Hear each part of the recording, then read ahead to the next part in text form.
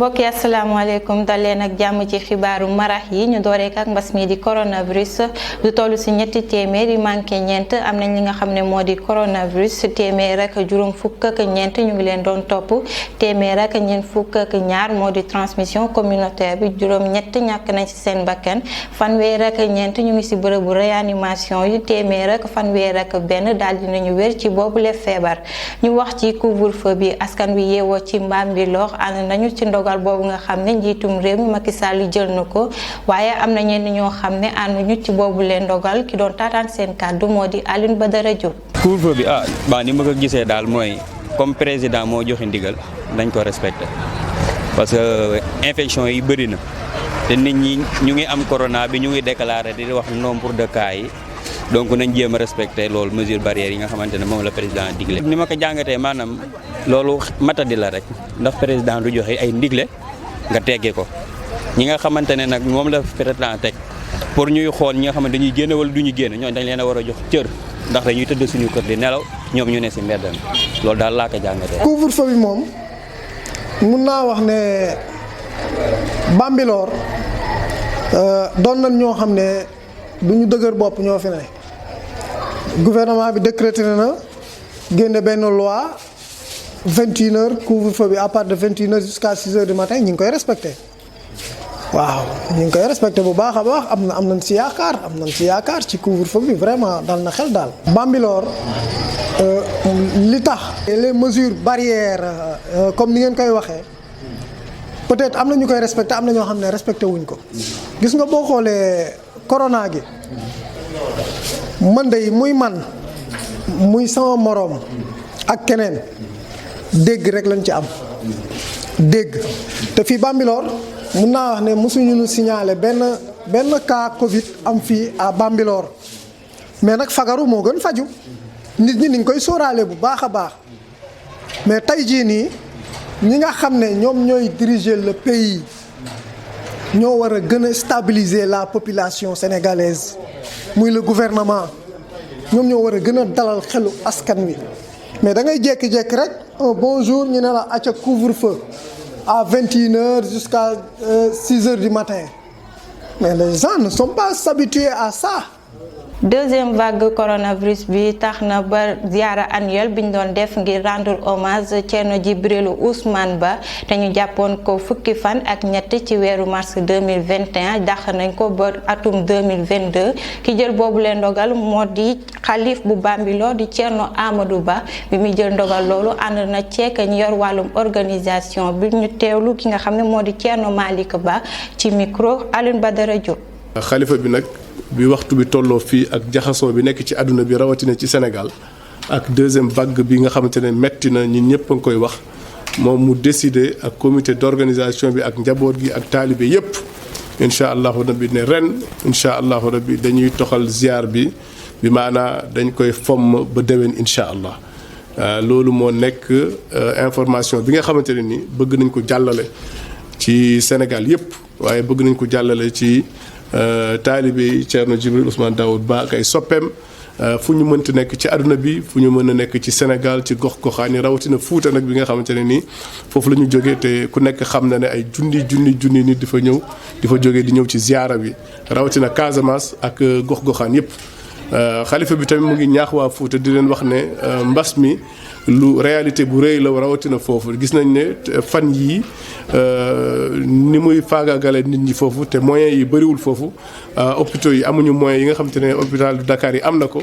donc ñoom tamit ñu gën a farlu gën a ñaaxaat seen bopp gën a taxawaat ci mesure barrières yi mooy masque yi nga xam te nit ñi dañ koy sol ak distanciation sociale yi ak yeneen yi ci topp yoo xamante ne nii mooy dajaloo yi ak yépp incha allah xalifa bi mu ngi gën a ñaaxaat waa Fuuta ginnaaw bi waa kër docteur ñaaxee nit ñi ci yooyu incha allah ala kulli xaalin mu ngi yëgal ne taalibe yi bés bi nga xamante ne jàppoon nañ ko muy ziara bi ñu jàpp ko le 13 mars incha allah bés boobu ziara bi dootul am waaye li ñuy fiy def fii mooy xanaa ñu jël benn suba gu ndaw rek jàng ci benn kaamil wala ñaar yeeweeku incha allah ñaanal Sénégal ñaanal adduna bi yépp lu jiitu loolu nag ku nekk ci ñun na ñaan ba bés boobu sax bu ñu fay egg fekk mbas bi dootul am mu ngi diggal nag taalibe yi ak am di jàmm yi ak soppi bi ak jullit yëpp fu ñu mënti nekk bésu ziar boobu nga xamante ne bés bu rëy la ci ñun bés bu rëy la ci njabootu Thierno Djiby ñi nga xamante ne doon nañu ñëw nañu toog seeni kër jàng kaamil bu ñu mënee jàng kaamil ñu jàng kaamil def ñaan bu ñu paree kaamil bi ñu jàng astaghfirullah ku ci nekk ci ñoom muy astaghfirullah junni ak téeméer ak fukk ak benn su ko defee incha allahu rabbi ñu def sarax ku mën a def sarax bëggal ay xale bëggal ay jirim bëggal ay ñéew ji doole ndax yàlla musal ñu ci lii waaye musal ñu ci yeneen ak yeneen yoo xamante ne nii moom ci boppam moo ko programme woon incha allah ndax sunuy ñaawteef yi ñuy def ak yeneen waaye yàlla musal ñu ci incha allah ba faw incha allah rabbi waaw daayira yëpp dangal mbooloomu daayira yi nga xamante ne dañ doon ñëw ci ziara bii Thierno Djiby ak daayira yi nga xamante ne mooy daayira Al Fawz wan Najaat yëpp incha allah ak ñeneen ñi nga xamante ne ni doon nañu ñëw te tënkuwuñu ci daayira ñooñu ñëpp incha allah xalifa bi mu ngi leen di yëgal ne daal incha allah fu waay nekk ci bés bi ni nga ko doon defee di bàyyi sa yitte yëpp di ñëw di ànd ak moom ci liggéey bi fi nga toog nga ànd ak moom ci liggéey bi ni ngay ànd ak moom mooy nga def astaghfirullah junni ak téeméer ak fukk ak benn waaye nga jàng kaamil boo ko mënee incha allah nga saraxe tamit incha allahu rabbi boo ko mënee ala kulli xalin incha allahu rabbi loolu daal mooy ndigal li. ñu des ba tey fii ci Bambilor foyer bi dinañ ko defaraat liggéey boobu nag dina door semaine bii di ñëw dogal loolu ñu jël ko ci réunion bi amoon diggante maire Bambilor président foyer des jeunes ak équipe technique bu EGB nag di ab entreprise bu yëngatu ci wàllu tabax ñu teewlu Abdou Karim Fikou di président foyer des jeunes bu Bambilor ci micro Youssoufa Mané. solo ndaje bi mooy tey dañu doon waxtaan entre foyer des jeunes entreprise bi nga xamante ne moo gagné réfection foyer bi ak le maire de la commune ak service technique yi nga xamante ne nii tey ñoom ñoo représenté la mairie donc loolu moo waral tey vraiment ñu ñëw fii di def point bi pour def mise au point xamante ak entreprise bi ak entrepreneur bi ak ñi nga xam ne ñoom la war a liggéeyal ak service technique li nga xam ne loolu lañ ñuy maanaam wan ne loolu lañ bëgg a liggéey looloo tax ñu daje fi woon tey. waaw alhamdulilah liggéey bi moom xam naa ne boo moytul d'ici semaine prochaine dina tàmbali parce que entreprise bi moom li mu war a jot ak li mu séeq ak mairie bi yëpp jot na ko kon li des lépp li nga xam ne des na rek ci entreprise bi la desee donc tey def nañ connaissance yi jëlante nañ ay contact xam naa incha allah fii ak semaine bii di ñëw dinañ commencé li nga xamante ne mooy liggéey bi. waaw mais sant ko gërëm ko rek parce que li mu waxoon ak ñun def na ko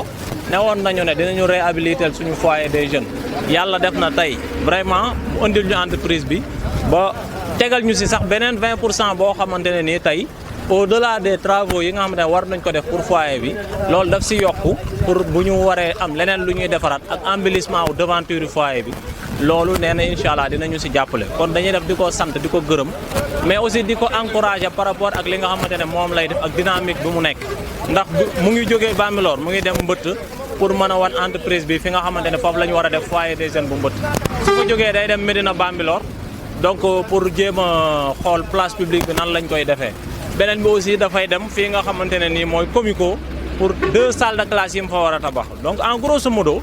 vraiment li nga xamante ne moom lay def ci askan bi jëmale ko ci population yi ñëpp gis nañ ko te ñu ngi koy rafetlu di ko sant bu baax di ko gërëm di ko xamal ne li mu fi mu teg tànkam foofu la incha allah ñun dinañ ko ci accompagner par rapport ak dynamique bi mu nekk.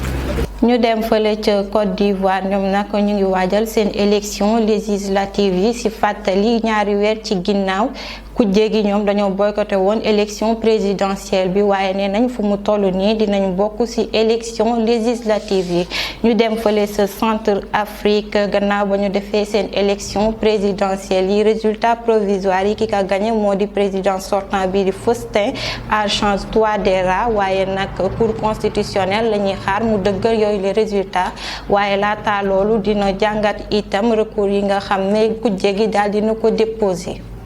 fii la ñuy tàggatoo ak yéen mbokk yi ñu ngi leen di sant di leen gërëm ci teewlu bi woy leen di topp programme Zone 7 TV ba suba incha allah si yeneen i xibaar jërë ngeen jëf.